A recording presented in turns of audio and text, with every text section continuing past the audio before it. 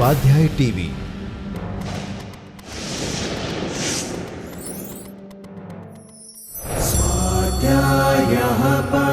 Doctor Baba Saheb Ambedkar open university.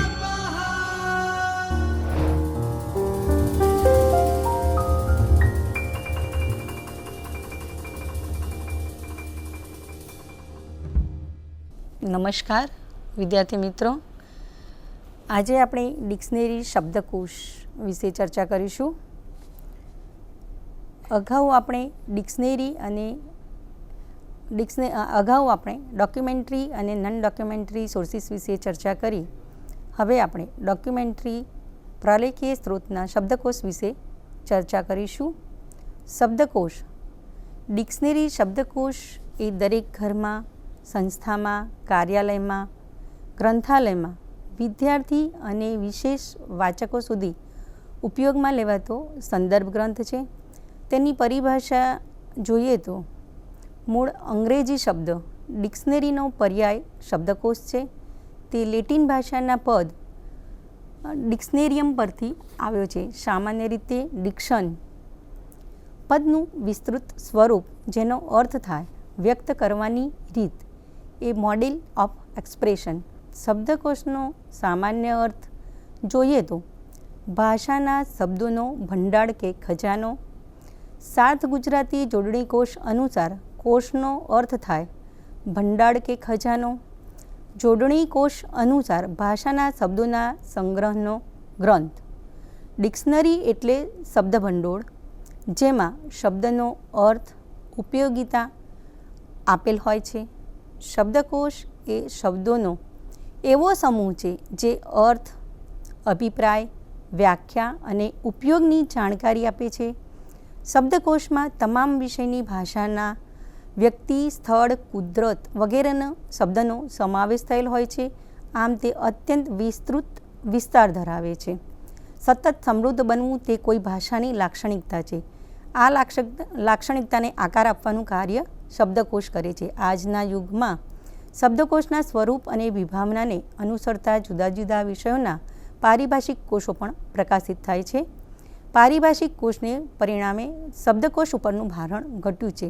શબ્દકોશનો ઇતિહાસ જોઈએ તો અંદાજે 3,000 વર્ષ પૂર્વે ડિક્શનરી તૈયાર કરવામાં આવી હતી, જેમાં 35,000 જેટલા પ્રતીકો અને ચિહ્નો આપવામાં આવ્યા હતા.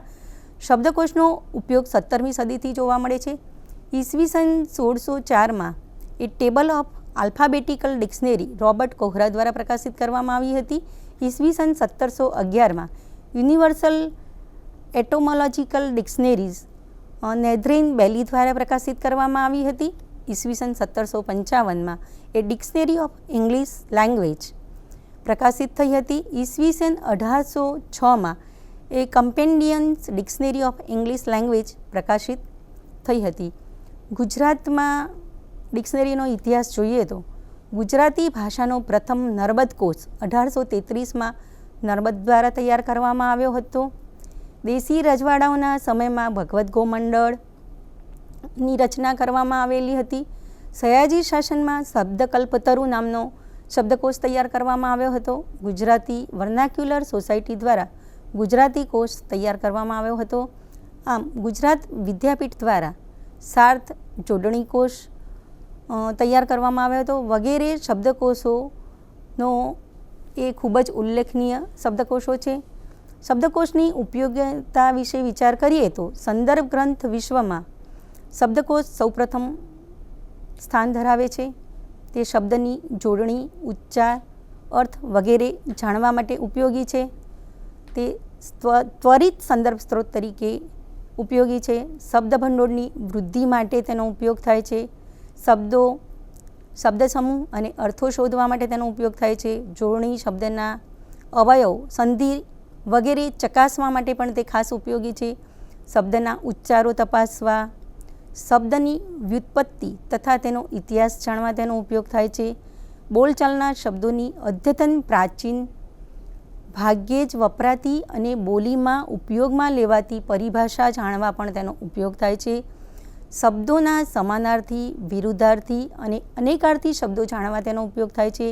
વિશિષ્ટ બોલીઓ વિશે જાણકારી મેળવવા તે ઉપયોગી છે. સંક્ષિપ્ત રૂપો, ચિહ્નો અને પ્રતીકો તેમાંથી જાણી શકાય છે. મહત્ત્વના સ્થળોના નદી, પર્વત, શહેર વગેરે નામો જાણવા ઇતિહાસ, પુરાણ, કથાઓ અને બાઇબલના વ્યક્તિગત નામો જાણવા તે ઉપયોગી છે. પરદેશી પરિભાષાની માહિતી મેળવવા તેનો ઉપયોગ કરવામાં આવે છે. જેમ કે ઓઆ, મોન, મોડ્યુસ, એડોક જેવા નામો તેનાથી જાણી શકાય છે. અવતરણો કોના છે, ક્યારે, ક્યાં વપરાયા છે વગેરે જાણવા શબ્દકોશનો ઉપયોગ થાય છે. ભાષાલક્ષી સામાન્ય શબ્દકોશ સામાન્ય પ્રકારના વાચકો અને વિષયલક્ષી શબ્દોનો કોષ વિશિષ્ટ પ્રકારના વાચકોને ઉપયોગી નીવડે છે. દરેક પ્રકારના શબ્દકોશની ઉપયોગિતા જુદી જુદી હોય છે. શબ્દકોશના વૈકલ્પિક નામો જોઈએ તો શબ્દોને સ્પષ્ટ કરતા એવા ઘણા બધા સ્ત્રોતો છે જે શબ્દકોશથી અલગ પડતા હોવા છતાં તેનું માળખું વત્તે ઓછે અંશે શબ્દકોશના માળખાને અનુસરે છે. વ્યાપક રીતે જોતાં તે શબ્દકોશના પરિઘમાં જ સમાતા હોય છે, પણ જુદા જુદા નામે ઓળખાય છે. પારિભાષિક કોષ, ગ્લોસરી, શબ્દ સંગ્રહ, લેક્સિકન, પર્યાય કોષ, થિસોરસ, શબ્દ ભંડોળ, વોકેબ્લરી આ એના જુદા જુદા નામ છે. પારિભાષિક કોષ ગ્લોસરી વિશે જોઈએ તો લેટિન પદ ગ્લોસેરિયમ પરથી ગ્લોસરી પદ, જેનો અર્થ કોઈ વિશેષ જ્ઞાન ક્ષેત્રના શબ્દનો સંગ્રહ, જે શબ્દનો અર્થ અને વિભાવના સ્પષ્ટ કરે છે. તેમાં શબ્દોની વ્યવસ્થા વર્ણાનુક્રમે હોય છે. દાખલા તરીકે technical glossary, glossary of Indian religion terms and concepts, Narendranath Bhattacharya, Columbia, South Asia publication, 1990. આ કોર્સમાં ભારતના વિવિધ ધર્મ, સંપ્રદાયો અને માન્યતાઓના અનેક પદો અને શબ્દોની સમજ આપવામાં આવે છે. 2. શબ્દ સંગ્રહ, લેક્સિકન, ગ્રીક શબ્દ લેક્સિકન પદ પરથી આવ્યો છે, જેનો અર્થ શબ્દકોશ થાય છે. આ કોઈપણ ભાષાના શબ્દોનો શબ્દકોશ હોય છે, જેમાં શબ્દોનું આયોજન વર્ણાનુક્રમે હોય છે અને શબ્દનો અર્થ બીજી ભાષામાં આપેલા હોય છે. આનું ઉદાહરણ જોઈએ તો Ellsworth Russian English dictionary, Paul મેરાક્યુલા, એલિસવર પબ્લિશર, 1990, 4 વોલ્યુમ સેટ. સૌથી વિસ્તૃત શબ્દાવલી છે, જેમાં માનવીય, સામાજિક, વિજ્ઞાન તથા લલિત કળાના ક્ષેત્રનો શબ્દ સંગ્રહ છે. 3. પર્યાય કોષ, થિસોરસ. ઈસવીસન 1852માં પીટર માર્ક રોગેટ એ ડિક્શનરીની જગ્યાએ થિસોરસ વાપરવાની શરૂઆત કરી. થિસોરસ મૂળ ગ્રીક ભાષાનો શબ્દ છે, જેનો અર્થ સંગ્રહ કે સંગ્રહાલય થાય. હાલ આનો ઉપયોગ અલગ અલગ અર્થમાં કરવામાં આવે છે. આ પર્યાય કોષમાં શબ્દોની ગોઠવણી વિચારો મુજબ કરવામાં આવેલી હોય છે. પ્રથમ ભાગમાં એક જ શબ્દ અંતર્ગત એવા દરેક પર્યાયવાચી શબ્દો જેઓ ભિન્ન ભિન્ન વ્યાકરણના સ્વરૂપોમાં અને ભિન્ન ભિન્ન અર્થના હોય છે, જેને એકસાથે વ્યવસ્થિત કરી દેવામાં આવે છે. બીજા ભાગમાં વર્ણાનુક્રમે શબ્દોની યાદી આપવામાં આવે છે, પરંતુ શબ્દનો અર્થ આપવાને બદલે એમાં પ્રથમ ભાગમાં નોંધ ક્રમાંક આપવામાં આવે છે. એનું ઉદાહરણ જોઈએ તો Roget's international thesaurus edition 3, New Delhi, Oxford and IBH એનો પબ્લિશર છે અને 1978માં એનું પ્રકાશન થયેલું છે. 4. શબ્દભંડોળ, વોકેબ્લરી.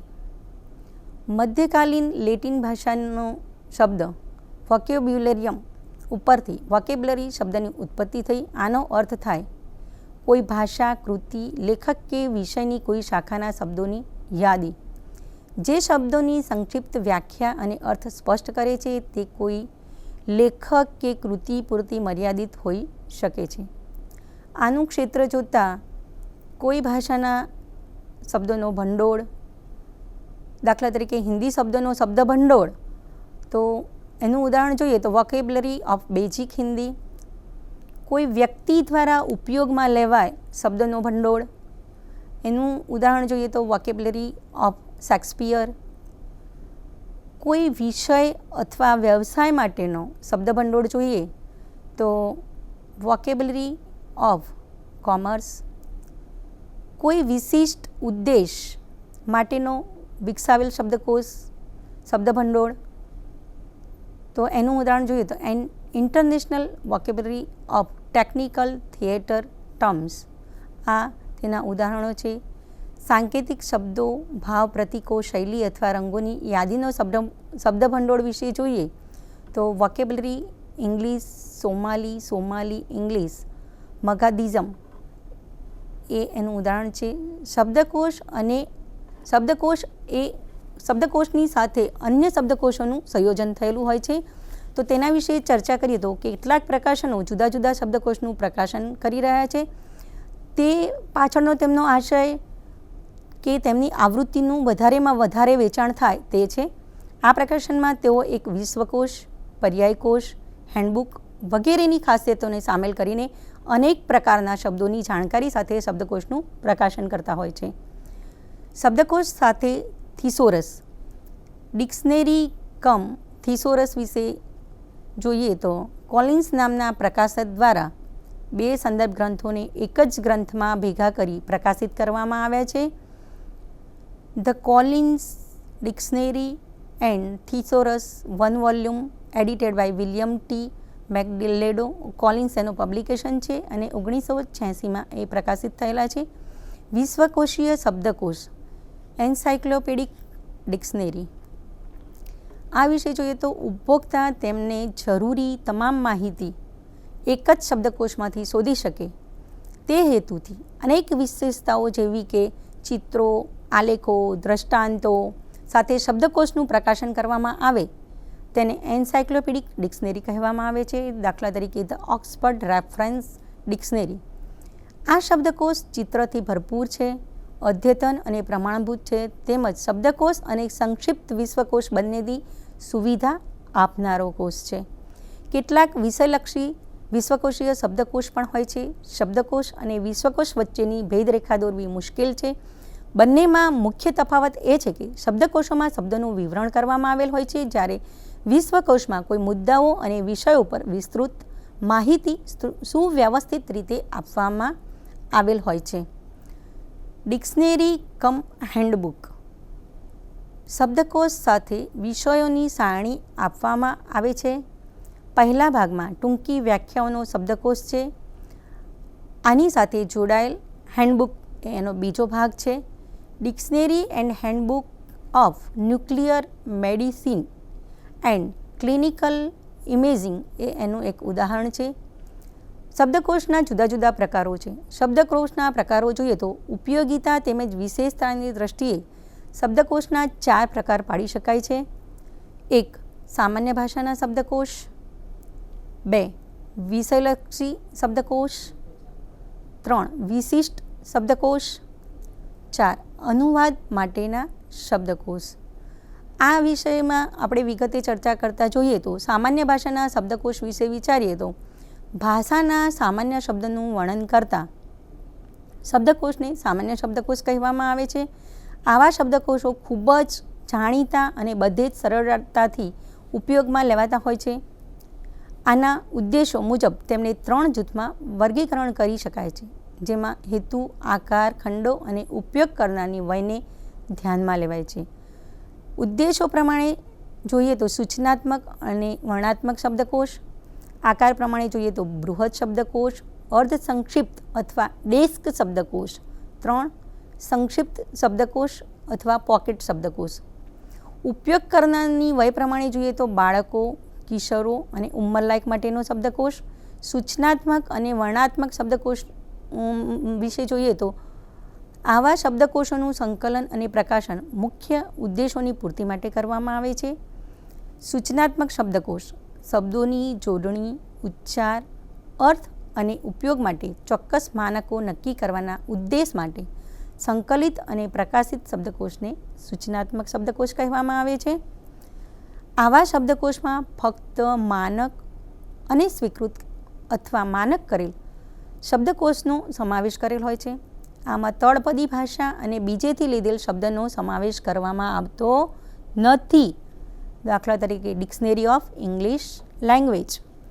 વર્ણાત્મક શબ્દકોશ કોઈપણ ભાષાના શબ્દોની જોડણી, ઉચ્ચાર, અર્થ અને ઉપયોગ માટે શબ્દોની નોંધ કરવા માટે વર્ણાત્મક શબ્દકોશોનું પ્રકાશન કરવામાં આવે છે.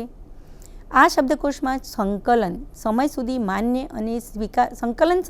માન્ય અને સ્વીકાર થયેલા હોય એવા શબ્દોનો સમાવેશ કરવામાં આવે છે. સમકાલીન સાહિત્યના સ્ત્રોતોમાં જેવા કે લોકપ્રિય સાહિત્ય, ટેકનિકલ સામયિકો, મેગેઝિનો અને સમાચાર પત્રોમાંથી શબ્દો ભેગા કરી લેવામાં આવે છે. ઉદાહરણ જોઈએ તો ઓક્સફર્ડ ઇંગ્લિશ ડિક્શનરી. આકાર પ્રમાણે આકાર, ખંડો તથા કોઈપણ ઉંમરના વાચકોના ઉપયોગની દ્રષ્ટિથી જોતા બૃહદ શબ્દકોશ Webster third new international dictionary of the English language 1981, desk શબ્દકોશ new shorter Oxford English dictionary, pocket શબ્દકોશ pocket Oxford dictionary of current English. બાળકો માટેનો શબ્દકોશ Webster new secondary school dictionary. ઉપયોગ કરનારની વય પ્રમાણે વયસ્કો માટેનો શબ્દકોશ જોઈએ તો હિન્દી શબ્દસાગર, બાળકો માટે pocket Oxford dictionary of current English, કિશોરો માટે Webster third new international dictionary of English languages 1981 એ તેના ઉદાહરણો છે. આજકાલ શબ્દકોશને સરળ, માહિતીપ્રદ અને ઉપયોગ કરવામાં સરળ રહે તે મુજબ સંકલિત અને પ્રકાશિત કરવાનો પ્રયત્ન કરવામાં આવે છે. વિશિષ્ટ શબ્દકોશો. વિશિષ્ટ શબ્દકોશો વિશે વિચારીએ તો કોઈ વિશેષ ઉદ્દેશ અથવા કોઈ ભાષાના પાસાઓને ધ્યાનમાં રાખી જે શબ્દકોશ સંકલિત અને પ્રકાશિત કરવામાં આવે છે તેને વિશિષ્ટ શબ્દકોશ કહેવામાં આવે છે. તેને 3 ભાગમાં વિભાજિત કરવામાં આવે છે. 1. ભાષાશાસ્ત્રના વિશિષ્ટ શબ્દો પર આધારિત શબ્દકોશ. 2. શબ્દોના વિશેષ પ્રકાર અથવા વર્ગ ઉપર આધારિત શબ્દકોશ. 3. સાહિત્યિક પાસાઓ અને વિશિષ્ટ વ્યક્તિઓના સમૂહને સંબંધિત શબ્દકોશ. ભાષાશાસ્ત્રના વિશિષ્ટ શબ્દો પર આધારિત શબ્દકોશ વિશે વિસ્તૃત રીતે જોઈએ તો અથવા વિચારીએ તો આ શબ્દકોશ જુદા જુદા વિભાગોમાં વિભાજિત થાય છે. એક વિરામચિહ્ન કોશ. તો ભાષાના લેખિત સ્વરૂપમાં વિરામચિહ્ન ખૂબ જ મહત્ત્વના હોય છે. ભાષા સમજવા અને યોગ્ય તથા સાચી રીતે વાંચવા, લખવા અને છાપવામાં ઉપયોગ લેવાતા શબ્દકોશને વિરામચિહ્ન કોશ કહેવામાં આવે છે. ઉદાહરણ જોઈએ તો you have a point there, a guide to punctuation and its allies. ઉચ્ચારણ શબ્દકોશ. શબ્દોના શુદ્ધ અને સરળ ઉચ્ચારણને સમજવા અને બોલવા માટે તૈયાર થતા શબ્દકોશને ઉચ્ચારણ શબ્દકોશ કહેવાય છે. દાખલા તરીકે ઇંગ્લિશ પ્રોનાઉન્સિંગ ડિક્શનરી. જોડણી કોશ. જેની જોડણી મુશ્કેલ હોય તેવા શબ્દોને અગ્રિમતા આપવામાં આવે છે. જોડણી ઉચ્ચારણની માફક ન હોય તે ઉચ્ચારણોથી જુદી હોય, જેની જોડણી અને ઉચ્ચારણ વચ્ચે તફાવત હોય તેવા મોટાભાગના શબ્દોનો સમાવેશ આમાં કરવામાં આવે છે. દાખલા તરીકે ડિક્શનરી ઓફ સ્પેલિંગ્સ. સમાનાર્થી અને વિરુદ્ધાર્થી શબ્દનો શબ્દકોશ. સમાનાર્થી અને વિરુદ્ધાર્થી શબ્દો માટે અનેક કોષો છે. સામાન્ય શબ્દકોશમાં પણ સમાનાર્થી અને વિરુદ્ધાર્થી શબ્દોનો સમાવેશ કરેલ હોય છે. સમાનાર્થી શબ્દો માટે થિસોરસ જાણીતો શબ્દકોશ છે. આ કોષ ક્રોસવર્ડ પઝલના ઉત્સાહી લોકો માટે શબ્દભંડોળનું જ્ઞાન વધારવા માટે ઉપયોગી છે. આ શબ્દનો ઉપયોગ કાળજીપૂર્વક અને વિવિધ અર્થો માટે બીજા શબ્દકોશ દ્વારા ચકાસણી માટે કરવામાં આવે છે. દાખલા તરીકે હિન્દી પર્યાયવાચી કોશ. પ્રયોગ શબ્દકોશ. વ્યાકરણ, વાક્યરચના, શૈલી, મુહાવરાઓ તથા યોગ્ય શબ્દોના પ્રયોગને સંબંધિત નિયમોની વિસ્તૃત વ્યાખ્યા, લખાણની ખામીઓ અને ભાષણની ચર્ચા કરતા શબ્દકોશને પ્રયોગ શબ્દકોશ કહેવામાં આવે છે. ઉદાહરણમાં a dictionary of modern English usages. વ્યુત્પત્તિ અને ઐતિહાસિક શબ્દકોશ. શબ્દોનો ઇતિહાસ, તેનો વિકાસ અને ઉત્પત્તિ તથા કોઈ ભાષામાં તેનો વિકાસ વગેરેની ચર્ચા કરતા શબ્દકોશને વ્યુત્પત્તિ અને ઐતિહાસિક શબ્દકોશ કહેવાય છે. શબ્દોના અર્થ અને પ્રયોગોમાં જુદા જુદા સમયે થયેલ પરિવર્તિત તથા કેટલાક પાસાને વ્યક્ત કરવા માટે ઉપયોગમાં લેવાતા વિદેશી શબ્દો અને લોકોની ભાષા, સભ્યતા અને સંસ્કૃતિનો ઇતિહાસ પણ તેમાં જોવા મળે છે. દાખલા તરીકે the concise Oxford dictionary of English etymology આ એનું એક ઉદાહરણ છે. શબ્દોના વિશિષ્ટ પ્રકાર અથવા વર્ગો પર આધારિત શબ્દકોશ વિશે ચર્ચા કરીએ તો આવા શબ્દકોશો સામાન્ય શબ્દોમાં સમાવિષ્ટ હોય પણ ખરા અને ન પણ હોય આ શબ્દકોશના અનેક પ્રકાર છે. જોઈએ તો એક તળપદી ભાષાનો શબ્દકોશ.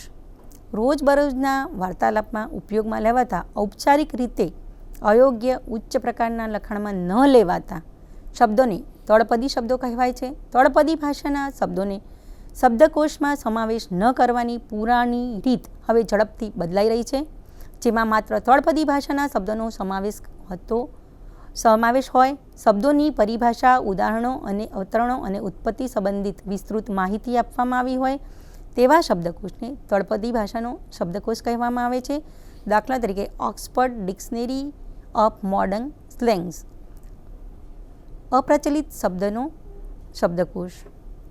એવા શબ્દો કે જેનો પહેલાં પ્રયોગ કરવામાં આવતો હતો પણ વર્તમાનમાં પ્રયોગ થતો ન હોય, અપ્રચલિત કે કાળગ્રસ્ત થઈ ગયા હોય, આધુનિક અંગ્રેજી શબ્દકોશમાં એનો સમાવેશ કરવામાં આવતો ન હોય તેવા શબ્દોનું સંકલન કરીને પ્રકાશિત કરવામાં આવતા શબ્દકોશને અપ્રચલિત શબ્દકોશ કહેવામાં આવે છે. આ શબ્દકોશ દ્વારા અંગ્રેજી સાહિત્ય કોઈ સમય, ભાષા અને સાહિત્યિક પ્રવૃત્તિની જાણકારી મેળવવા શિક્ષકો અને વિદ્યાર્થીઓને ખૂબ જ ઉપયોગી છે. ડિક્શનરી ઓફ અર્લી ઇંગ્લિશ એ તેનું ઉદાહરણ છે. પ્રાદેશિક બોલીના શબ્દકોશ. પ્રાદેશિક ક્ષેત્રમાં વિશેષ રીતે બોલાતી ભાષા, શબ્દો, વાક્યશૈલી અને ઉચ્ચારો સામાન્ય બોલીથી જુદા હોય છે, જે પ્રાદેશિક ભાષાના શબ્દો સંબંધિત હોય અને પ્રાદેશિક બોલીના શબ્દકોશ કહેવાય છે. અમેરિકન ડાયલેક્ટ ડિક્શનરી એ તેનું એક ઉદાહરણ છે. નવા શબ્દનો શબ્દકોશ. જૂના શબ્દકોશમાં ઉપલબ્ધ ન હોય તેવા નવા શબ્દો અને તેનો અર્થ કે જેનો સમાવેશ શબ્દકોશમાં કરવાનો બાકી છે, તેનો સમાવેશ કરી પ્રકાશિત થતા કોશને નવા શબ્દનો શબ્દકોશ કહેવાય છે. પરહન્ટ ડિક્શનરી કમ્પેનિયન 1982 એ એનું એક ઉદાહરણ છે. નામો, અટકો અને ઉપનામોનો શબ્દકોશ. વ્યક્તિગત નામો, અટકો અથવા ઉપનામો એકત્ર કરીને જે શબ્દકોશ પ્રકાશિત કરવામાં આવે છે તેને નામ શબ્દકોશ કહેવાય છે. ઉપનામ એક વૈકલ્પિક નામ અથવા ટૂંકું નામ છે. The penguin books of Hindu name 1992 એ તેનું ઉદાહરણ છે. શબ્દ પહેલી કોશ. શબ્દોની ટૂંકી વ્યાખ્યા સાથે શબ્દોમાં રહેલા અક્ષરોની સંખ્યાના આધારે ગોઠવવામાં આવતા શબ્દોના કોષને શબ્દ પહેલી કોષ કહેવામાં આવે છે. Game dictionary for crossword puzzles London Collins એનો પબ્લિશર છે, એ એક તેનું ઉદાહરણ છે. પરિવર્તિત વર્ણમાળા શબ્દકોશ. વર્ણમાળાના અક્ષરોના ક્રમ બદલીને બનાવવામાં આવતા શબ્દો કે જેનો અર્થ નીકળતો હોય તેવા શબ્દોના કોષને પરિવર્તિત વર્ણમાળા શબ્દકોશ કહેવામાં આવે છે.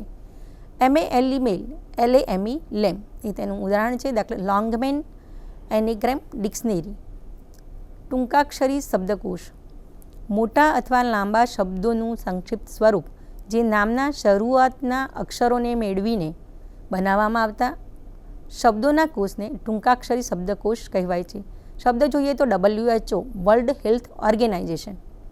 આમ આવા વિશિષ્ટ શબ્દકોશમાં માત્ર ટૂંકાક્ષરી શબ્દનો સમાવેશ કરવામાં આવે છે, જે સંદર્ભ તરીકે ખૂબ જ ઉપયોગી છે. એનું ઉદાહરણ જોઈએ તો acronymic dictionary of library and information science. ચિહ્નો અને પ્રતીકોનો શબ્દકોશ.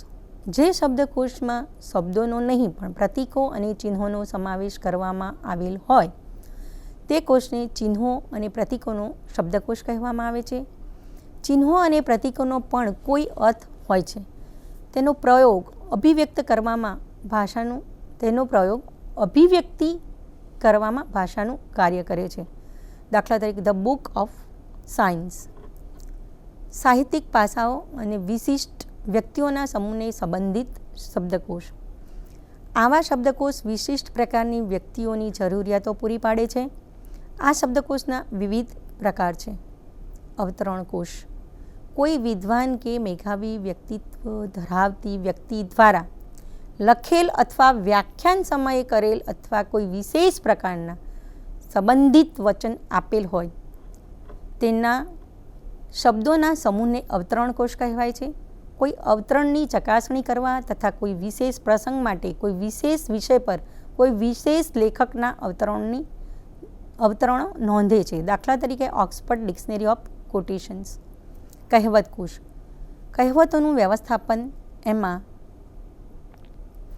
ઉપયોગમાં લેવાયેલ પ્રથમ મહત્વપૂર્ણ શબ્દના આધાર ઉપર વર્ણાનુક્રમમાં ગોઠવાયેલા કહેવતોના સંગ્રહના પ્રકાશિત કોષને કહેવત કોષ કહેવામાં આવે છે. આમાં મહત્વપૂર્ણ શબ્દોના આધાર અને અન્ય મહત્વપૂર્ણ મુખ્ય શબ્દોના આડસંદર્ભ પણ આપવામાં આવેલ હોય છે. ઉદાહરણ જોઈએ તો કન્સાઇન ઓક્સફર્ડ ડિક્શનરી ઓફ પ્રોવર્બ્સ. વિદેશી પદોનો શબ્દકોશ.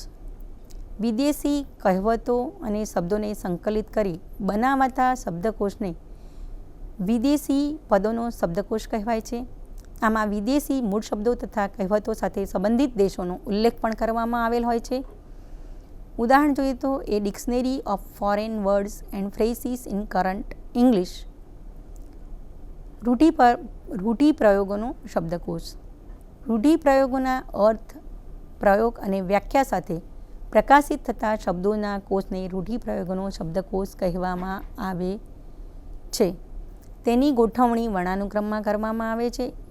ઉદાહરણ જોઈએ તો એ બુક ઓફ ઇંગ્લિશ આઇડમ્સ. લયબદ્ધ શબ્દકોશ. એક સરખા લયવાળા શબ્દોને એકસાથે સમૂહબદ્ધ કરી પ્રકાશિત કરવામાં આવતા કોષને લયબદ્ધ શબ્દકોશ કહે છે. સામાન્ય શબ્દકોશ અને આ શબ્દકોશની ગોઠવણમાં તફાવત હોય છે. દાખલા તરીકે પોએટ્સ મેન્યુઅલ ઓફ રેહમિંગ. ઘીસીપીટી વાતોનો શબ્દકોશ. અર્થહીન વાતો, અપ્રચલિત જૂની થઈ ગયેલ વાતો, જેની અભિવ્યક્તિ વ્યંગ ભાષામાં હોય તેવા શબ્દોના કોષને ઘીસીપીટી વાતોનો શબ્દકોશ કહે છે. બોલતા કરતાં લખવામાં તેનો વધારે ઉપયોગ થાય છે. A dictionary of cliche with an introductory essay એ તેનું ઉદાહરણ છે. આ કોષમાં ઘણા જૂના વારંવાર ઉપયોગમાં લેવાતા અર્થહીન બનેલા શબ્દોનો સમાવેશ થયેલ છે. શિક્ષક અને લેખકો તેનો ઉપયોગ કરતા નથી. શ્રોતા માટે આવી વાતોનો ઉપયોગ કરવો એ શરમજનક છે. શબ્દાનુક્રમ મણિકા કોષ. મુખ્ય અને મહત્વપૂર્ણ શબ્દોની કક્કાવારી અનુક્રમ મણિકા અને કૃતિ વિશેષમાં પ્રયુક્ત કરેલ હોય અને શબ્દ સંબંધિત વાક્યાંશના પણ ઉદાહરણ આપેલ હોય તેવા કોષને શબ્દાનુક્રમ મણિકા શબ્દકોશ કહેવાય છે. Critical words index to Bhagavad Gita એનું ઉદાહરણ છે. કાવ્યકોશ. ગ્રેડ શબ્દનો ઉપયોગ એવા શબ્દકોશ માટે ઉપયોગમાં લેવામાં આવેલ છે જે મુખ્યત્વે કવિતા રચનાર માટે ઉપયોગી છે. અનુવાદ કરવા માટે ઉપયોગી શબ્દકોશ. કોઈ એક ભાષામાંથી બીજી ભાષામાં શબ્દોના અર્થ પ્રદાન કરનાર શબ્દકોશને દ્વિભાષી અથવા બહુભાષી શબ્દકોશ કહેવાય છે. આવા શબ્દકોશનો ઉપયોગ અનુવાદ કરવા માટે થાય છે. દ્વિભાષી શબ્દકોશ વિશે જોઈએ તો કોઈ એક ભાષાના શબ્દોના અર્થ અન્ય એક ભાષામાં આપેલા હોય, બીજી ભાષાને શીખવા તથા તેનું જ્ઞાન મેળવવા માટે ખાસ આવા શબ્દકોશ તૈયાર કરવામાં આવે છે. આવા શબ્દકોશ જુદા જુદા આકારમાં મળે છે. ઇંગ્લિશ ગુજરાતી ડિક્શનરી એ તેનું ઉદાહરણ છે. બહુભાષી શબ્દકોશ. મૂળ ભાષાના શબ્દો માટે અન્ય 3 અથવા 3થી વધારે ભાષાઓના શબ્દો આપવામાં આવેલા હોય તેવા શબ્દકોશને બહુભાષી શબ્દકોશ કહેવાય છે. મુખ્ય ભાષાની કક્કાવારી પ્રમાણે તેની ગોઠવણ કરેલ હોય છે. ઉદાહરણ જોઈએ તો ઇંગ્લિશ, ગુજરાતી, હિન્દી, મરાઠી ડિક્શનરી એ તેનું ઉદાહરણ છે. વિષયકોશ.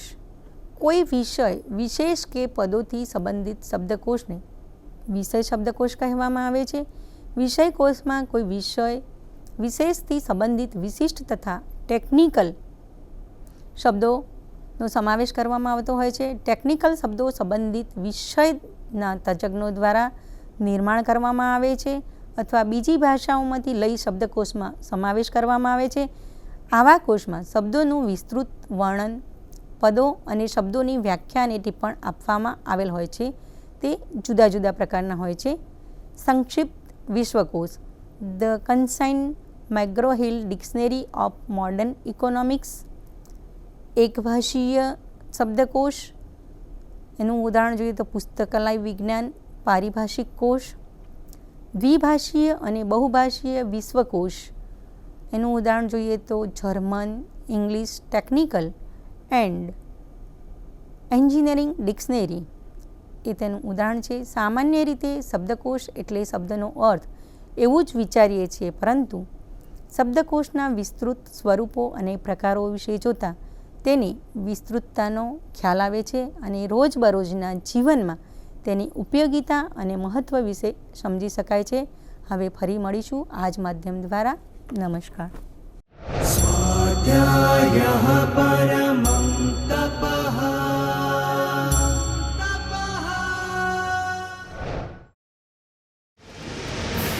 સ્વાધ્યાય ટીવી